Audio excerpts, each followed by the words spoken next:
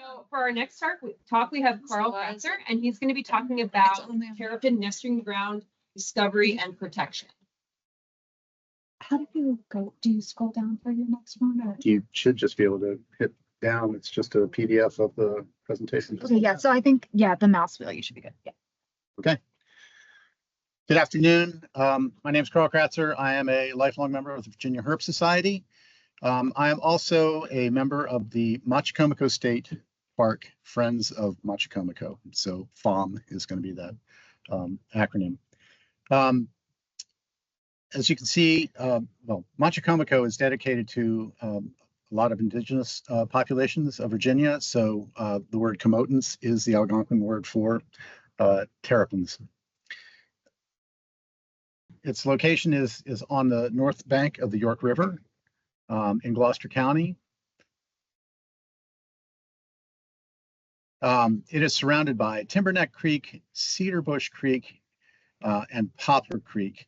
It is also protected by the York River from the Catlet Islands. In fact, the family that owned this land was the Catlets, and this, before it became Machicomoco State Park, was called Timberneck Farms. We're about 5 river miles away from Thames and Gloucester Point.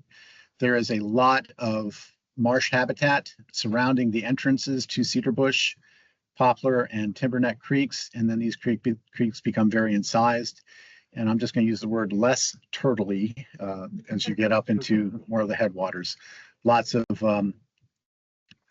more cliffs, and it's just typical marl ravine type habitat, very steep cliffs, very little habitat. But adjacent to the Catlet Islands, we have just Spartina alterniflora, loaded with periwinkles and all kinds of things. So prior to the park in 2008, this was a working farm with a lot of row crop, and in the bottom right-hand corner was a pasture for sheep.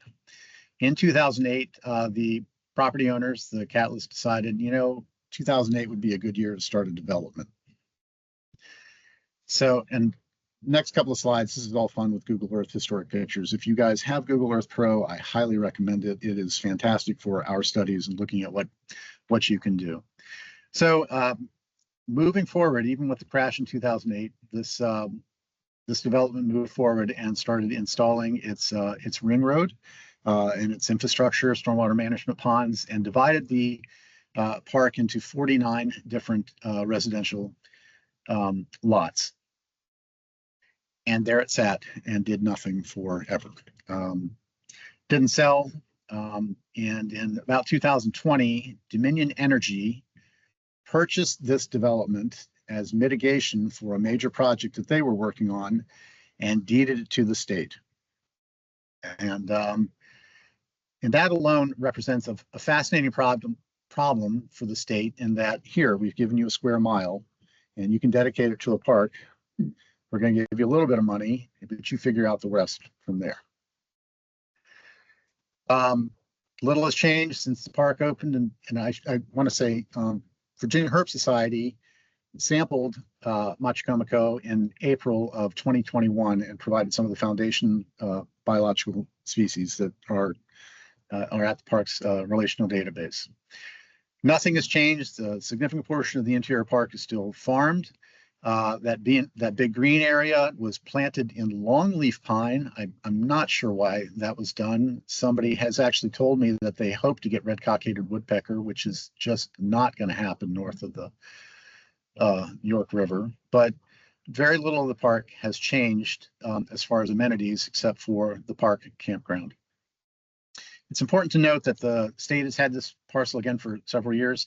It is still working on its park master plan. So the park owners have, or the park managers have, not been able to do a lot simply because there is no plan. It's like, that's a great idea. We just don't have a plan that says we can do that.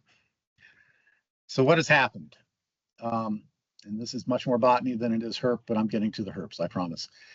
So we know that the park was last mowed, and it was kept in fields and grasslands up to 2018. The last time any of this area in the ring road or outside the ring road was mowed was in 2018.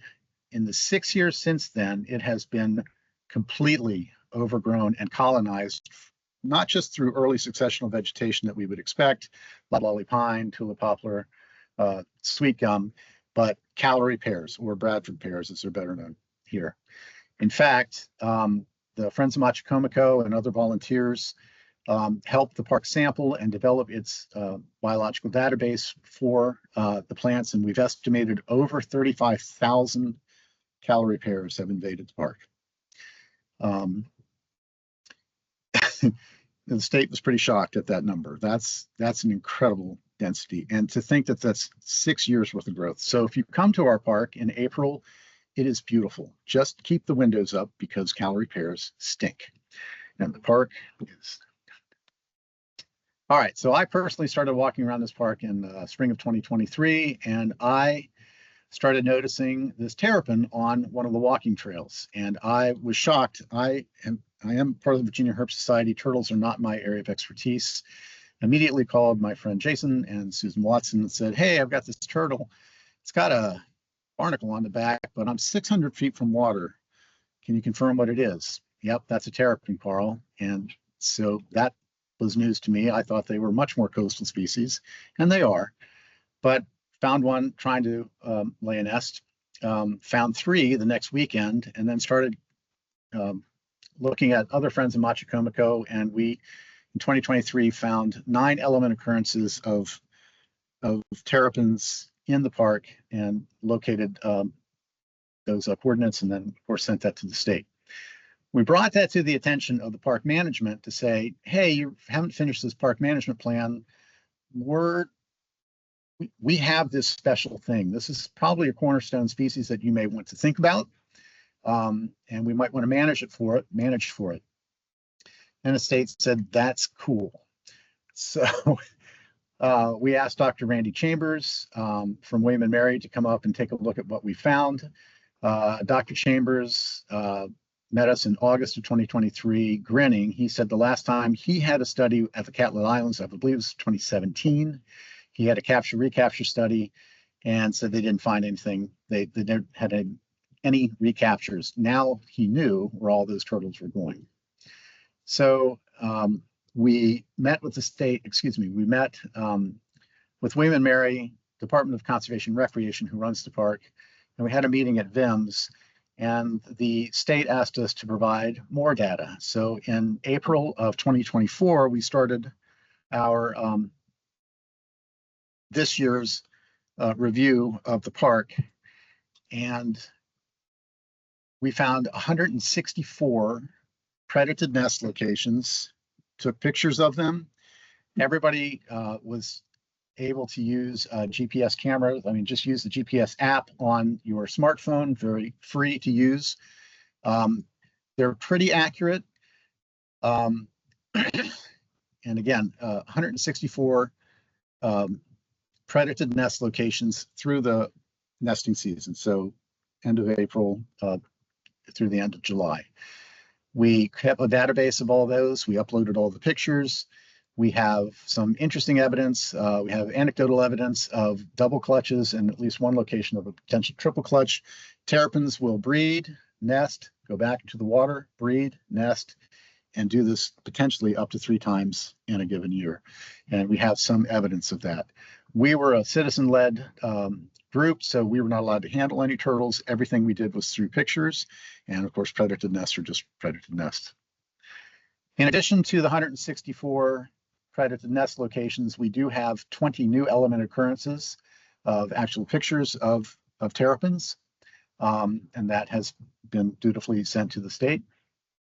But I want you to see how far away from water some of these locations are. And there is a false positive there. We did not, because that's actively row crop, we still have agreements with the farmers.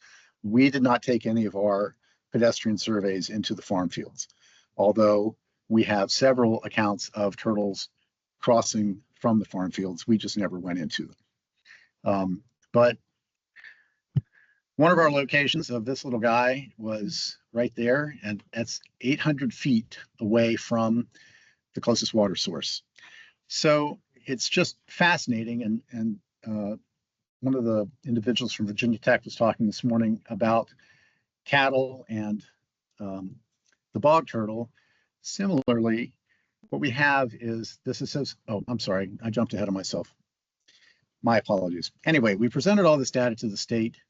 Our park manager, Adam Newland, delivered 9 representatives from DCR, met us in October or September, and they agreed to mow and take out all the calorie pairs in 17 acres of the site, which was quite a win. And if you look at where that's in those lighter green areas, I'm not even going to try and use this pointer. I'll put somebody's eye out, probably my own. And the yellow area is mowed every year. There's other yellow areas in there, but the predominant areas where we found all the predator nests and where we had the other element occurrences this year are in those light green areas. Those were mowed just a couple of weeks ago. So it was a success. Just for fun, I wanted to show a comparison, again, using Google Earth historic images, what some of these predator nests would look like prior to that ring road or any other development at the park. And it just begs a lot of questions. Again, similar to the bog turtle and the cattle, it is clear that these turtles have been living on this farm for a very long time and successfully. And if you think about when spring planting is, when the terrapin nesting is, summer growth, harvest, these turtles should be emerging after about 100 days. However, what we think's happening is that these turtles are staying underground for about 8 months and then emerging back in April again, right about the time that spring planting. So that juvenile, in fact, all of our juvenile pictures are from the April timeframe, including the VHS finding in 2021 is from April. But because this farm has been an active in row crop for over 100 years, and these turtles have been clearly working with this farm, then, or I should say not working with the farm, have adapted to the schedule.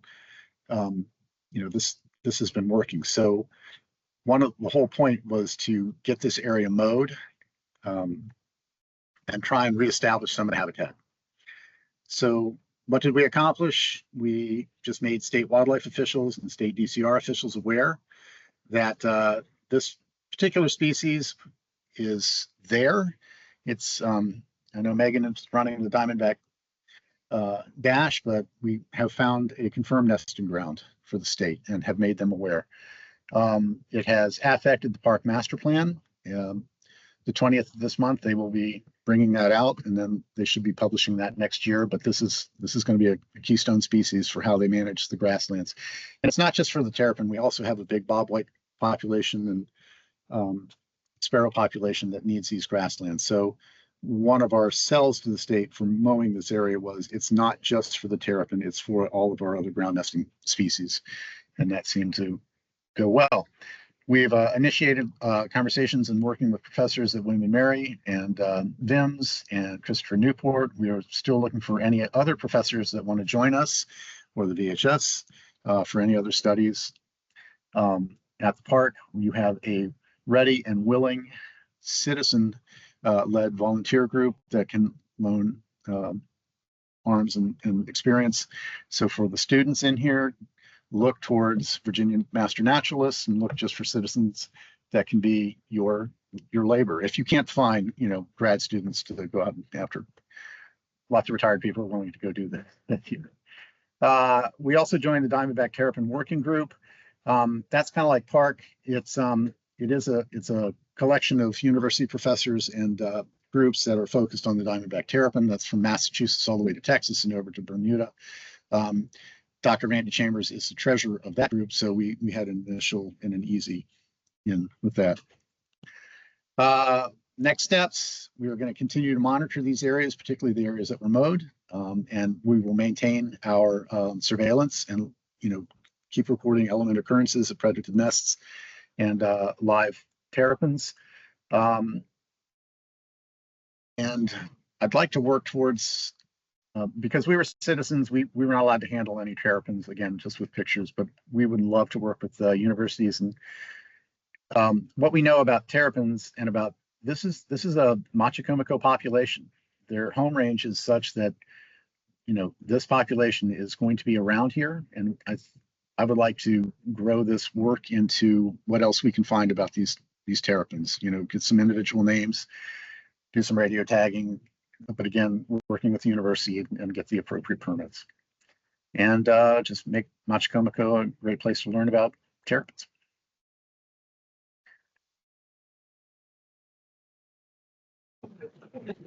Time for one question. Clean energy, was any of that wetland mitigation?